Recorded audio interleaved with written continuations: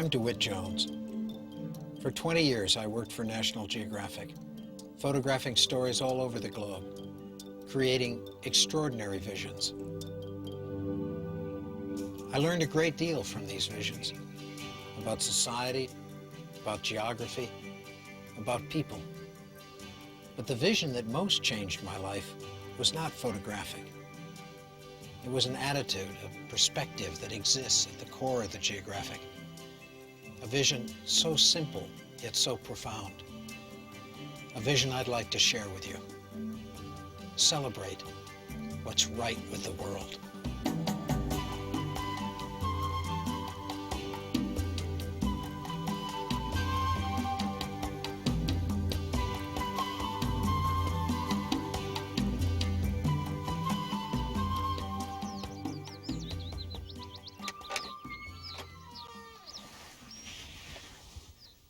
We all have teachers in our lives, mentors that show us what's possible. The National Geographic was one of those for me. Maybe it was for many of you. You know, I used to read it at night, and even after my parents told me to turn out the light and go to sleep, I wouldn't do it. I'd get a flashlight, I'd hide under the covers, I'd stay up and stare at those photos in that little yellow book. Pictures that showed me the possibilities the world had to offer. I never thought I'd work for them. I never thought I'd shoot for them. They began to influence my life long before I even knew I was a photographer. Why? Because they had a wonderful vision. What they charged me with every time they sent me out was to celebrate what was right with the world rather than wallow in what was wrong with it. That's why we keep them. We all do. I mean, it's a national sacrilege to throw away a geographic because they celebrate what's right with the world. And nobody wants to throw that away.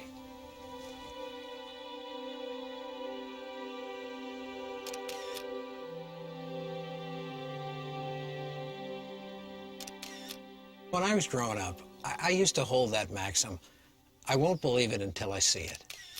Yet the more I shot for the Geographic, the more I realized that I had it backwards. That the way it really works is, I won't see it till I believe it. That's the way life works. Well, I believed it. I believed the vision of the Geographic, and the more I did, the more I'd see it in everything. They'd send me out to places I'd never been. I believed there would be beautiful landscapes to photograph. They'd appear. I believed those landscapes would be full of wonderful people. They'd be there. I'd begin every assignment, every day, every shot, trying to celebrate what was right with the situation rather than what was wrong with it. When I started, I had no idea how powerful that vision would be, how much it would change my life. But vision controls our perception, and our perception becomes our reality. Celebrating what's right with the world. It was a vision that had purpose and passion for everybody at the Geographic. Do you have a vision like that? Not just for your organization, for yourself. You know, a vision that you can put into 6 words, that every morning when you say those words, you say, yes, that's why you're doing whatever it is you're doing. Because when the vision is clear, then passion and creativity are there as well. I know that. I know that because I lived it. All of a sudden, I wasn't just looking at those pictures on the printed page. I was there, and what an incredible place there was. From the highest mountains, to rivers drenched in sunlight, to rainbows and seashells. Everywhere I looked, there would be amazing beauty for me to photograph.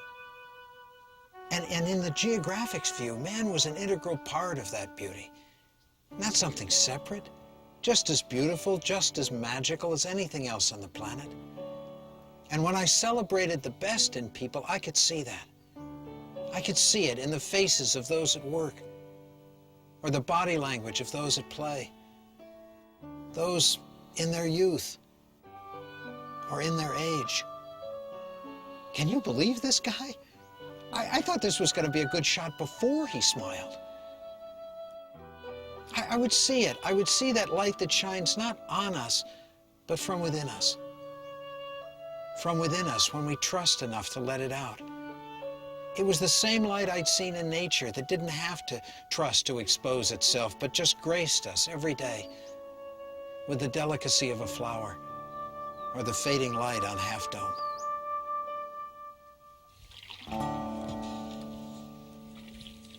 Yet the more I celebrated the beauty of the world, the more I found a conflict growing within me between the geographics paradigm and the worldview that I'd been taught since I was a child, my intellectual paradigm. You all know it.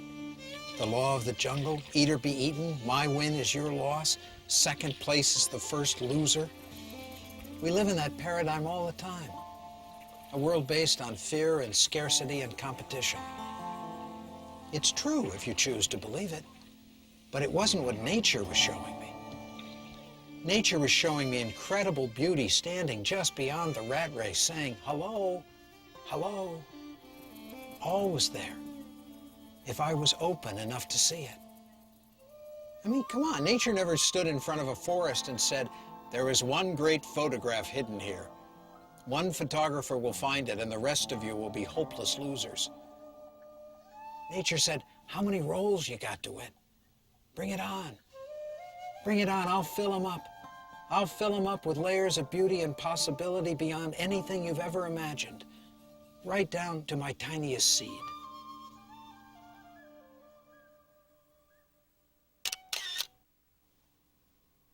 Do we choose to see those possibilities? Do we truly believe that they're there? Perception controls our reality, and if we don't believe it, we won't see it. I remember one time they sent me up to the Selkirk Mountains of British Columbia, and I came upon this great field of dandelions. But, I just wasn't into it, and I started to say, the light isn't right. I'll come back tomorrow. We've all been there. It happens all the time, at home, at work. I just can't get into it. I'll do it tomorrow. And then tomorrow turns into next week, and by the time I got back there, no more dandelions. I had puffballs. That wasn't the way I planned it. And I was just about to leave when a little voice inside me said, come on, DeWitt, what's here to celebrate? I know it wasn't how you planned it, but what's right with the situation? Where are the possibilities? And before I knew it, I was into puffballs, puffballs, puffballs, over the puffballs, at eye level with the puffballs, under the puffballs, looking at them from every angle until, whoa, whoa, that's what I found. It was there. It seemed it was always there, if I was open enough to see it.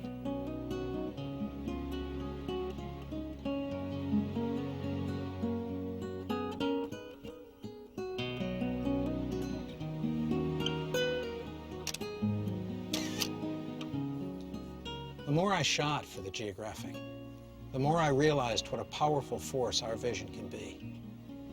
As I celebrated what was right with the world, I began to build a vision of possibility. Not scarcity, possibility. Always another right answer. A vision that showed me that no matter how bleak and desolate, no matter how dry and devoid of possibilities a situation might seem, that if I was open to it, I could always find a perspective, in this case just by dropping down in that crack in the slick rock and looking back. A perspective that would transform the ordinary into the extraordinary.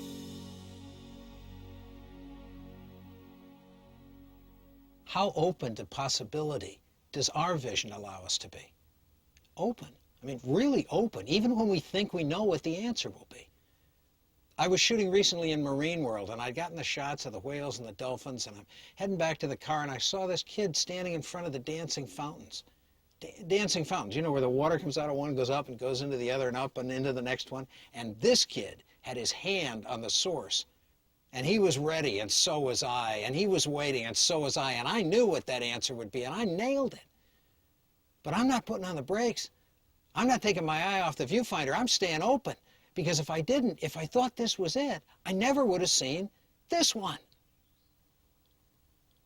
Celebrating what's right with the world. It not only keeps us open to possibilities, it gives us energy. When I'm setting up a shot, I always begin by saying, what's exciting me? What's here to celebrate? What's the very best this shot has to offer? And then I try and enhance that and get rid of everything else. Instead of starting out, as we so often do, by griping about what's wrong with the situation, what's right with it? Because by celebrating the best, that allows us to fall in love with it. That connects us with our passion. That emancipates the energy. By celebrating what's right, we find the energy to fix what's wrong. As Michelangelo once wrote, "I saw an angel in the stone and carved to set it free."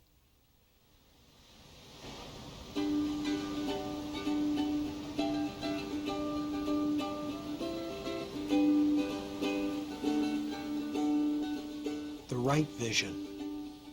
It keeps us open to possibilities, it gives us energy, and it makes us much more accepting of change. Change. Boy, as a photographer, I'd pray for change. I'd get down on my knees and beg the weather or the wind or the light to do its thing. It was the status quo that would make my pictures boring and redundant. In fact, I began to see that the very thing that so often frightens us today, that awesome change curve we hear so much about, the phenomenal rate of change in our society, was really my ally. In fact, if I viewed it from just a slightly different perspective, it wasn't a change curve at all. It was a possibility curve. A possibility curve. Could I see it like that? I knew from my photography that it was true. Change is possibility, and the times of most change always hold the most potential. So we live in an accelerating possibility curve. Perhaps we can't control it, but we can learn to ride it like a surfer on a wave or a bird on a thermal, to use its power to take us where we want to go, to live in uncertainty and yet act with confidence. Now that's something I could celebrate. And the more I did, the more I took all my skills and used them to ride that wave of possibility, the more I found in my photography and in my life that the difference between a good frame and a great frame is measured in millimeters, not miles. Good frame, a morning glory on a beach in Maui, 10 inches closer. Great frame. Good frame, a cowboy in Bryce Canyon, 30 feet away in the doorway of a barn. Great frame.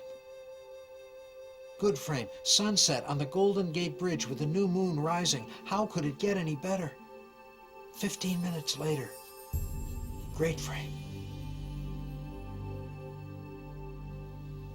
When we believe it, we'll see it. The power of vision is extraordinary. It transforms the way we look at the world. It can take us from flapping in the middle of the flock to soaring to heights we've never dreamed of. But we have to be willing to trust it, to come out to our edge. Because it's here on the edge that we find the winds to take us higher. And it's not just the external edges that we have to test. It's the internal ones as well. If we're going to really learn to soar, we have to know ourselves as well as we know our craft. I realized that if I was going to take it higher in my own life, I had to spend time not just with what I do, but with who I am. Boy, that's a lot harder. At least it was for me. Discovering who I was and being comfortable with it, a lot harder than taking a photograph. And yet I knew that was the move from good frame to great frame. That was the edge I'd have to press. That edge in each of our lives between success and significance. That subtle edge between being the best in the world and being the best for the world. Not an easy shift. But every time that I'd lose faith that I might ever be able to make it, I'd meet someone who had, and they'd serve as a beacon to show me it was possible. I met such a person on Scotland's Outer Hebrides. Her name was Marion Campbell, and she was the finest weaver in all of Scotland. She was a national treasure. She'd been sighted by the Queen, and she lived in the tiny town of Plochrapool. And I had to photograph her, and I went to her house, I knocked on the door, she came out, lovely woman. And she said, "Can I help you?" And I said, "Yeah, I'm from National Geographic, and I want to photograph you." And she said, "Wait, my brother is very sick upstairs. He may be dying, and I'm taking care of him." I felt like a complete idiot, you know. I mean, why? I began to apologize. I backed off, and she stopped me, and she said, wait, wait, give me an hour and I'll be ready. And she closed the door. And I wandered around the village thinking of the extraordinary presence of this woman. Why, when her brother was dying, would she give me time? And then I heard the hand shuttle being thrown across her loom, and I found her in her weaving shed, lit only by the light of the window. And she showed me the yarn that she'd spun by hand. And she told me how she'd gone into the fields and scraped the lichens off the rock to make her dyes. And I was still nervous and embarrassed. I took a few quick photographs and I said, thank you, fine, I got it. And I started to leave. And again, she stopped me. And she took me into her house. And she'd put out biscuits and she'd made tea. And she wouldn't eat till I had eaten. And she invited me into her living room and she stoked the peat fire and we sat together. And she talked quietly and simply. And I kept thinking I was in the presence of a great sage, and I was waiting for some great gift of wisdom. And finally I said, what do you think about when you weave? And she said, I wonder if I'll run out of thread. It wasn't exactly what I thought I'd hear, you know. And she must have seen my discomfort, because she smiled at me and she cocked her head and she said, when I weave, I weave. And in my own mind I heard, when I weave, I weave. When I photograph, I photograph. When I serve, I serve. When I celebrate, I celebrate. There's no use walking anywhere to preach unless you're walking as you're preaching. And that evening, through her actions and her words, Marion Campbell showed me what it might be like to soar. She was who she was, with discipline, with grace, with total lack of ego. She was a thermal rider. Not just the best in the world, but the best for the world. Could I do that? Could I trust my own values and vision enough to step out beyond my own edge? To find a new balance in my life, not one of limitation, but one of possibility. Not an either-or balance, but a both-and balance between what I do and who I am. A balance that would allow me to keep all of my intensity and focus, and at the same time not lose sight of those things that were really important in my life. A balance that would allow me to take it all in till I was full to overflowing, and then with gratitude and with grace, to give it all back. To be like the sunset that nature graces us with every evening. To put it all out there, to publish it in my life, the very best I had to offer without any regard to whether it was received or not. I know that whenever I can do this, wonderful things happen. I photographed the Highland Games in Scotland for an advertising campaign for Dewar Scotch. And we were photographing these huge guys throwing these weights around. It was great fun, but you know, I couldn't get my eye off the guy with the coat. He was the judge. And we shot some wonderful ads, but my intuition is just screaming at me to go meet this guy. So when it was over, I went up to him and I said, have you ever done this before? You're bigger than all the rest of these guys. And he said, aye, laddie, aye. I was the champion of Scotland for many years. And I said, well, what do you do now? And he said, well, I'm a farmer. I was a farmer then, I'm still a farmer now. I said, well, can I come and visit you? He said, well, I guess you could. And so I dragged my whole crew down there the next day, and big boy. And we found this weight, you know, that he hadn't thrown in years, and we took him out in his front field, and talk about being your own banquet. He was just lost in the very best that he had to offer. And so was I. I mean, I didn't care if I was getting paid or shooting for Dewars. I was just falling in love through the lens, celebrating what's right with the world. And the art director took those pictures and turned them into this ad that said, for 25 years, Henry Gray won the cheers of the crowd at Scotland's Highland Games. And even now, he likes to get out and throw his weight around in the privacy of his own backyard. This ad won all kinds of awards, but you know, I didn't care. I got to meet Henry. And a couple years later, we were back in Scotland and near where Henry lived, and so we stopped and we went over to his house, and he showed us how he'd framed up the ad that we'd sent him. And he and his wife came out in the front yard and posed for pictures. And then he said, "Come here, laddie, I want to show you something." And he turned that ad around, and it was covered with signatures. And I said, "Henry, what's this?" And he said, "Well, laddie, I ran that ad all over the world.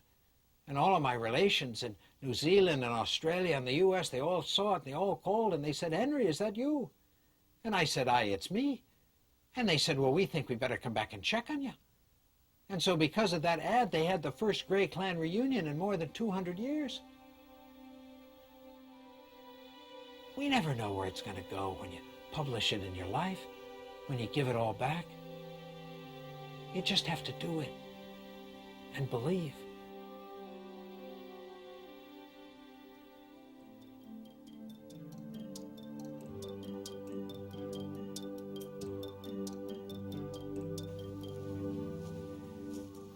You know, incredible things happen when we're open to possibilities, because the world is an astounding place. I first saw that on the pages of the Geographic when I was a kid.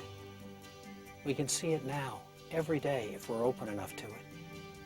If we hold a vision that fills us with energy, that takes us to our own edge, and gives us the courage to soar, that allows us to celebrate what's right with the world.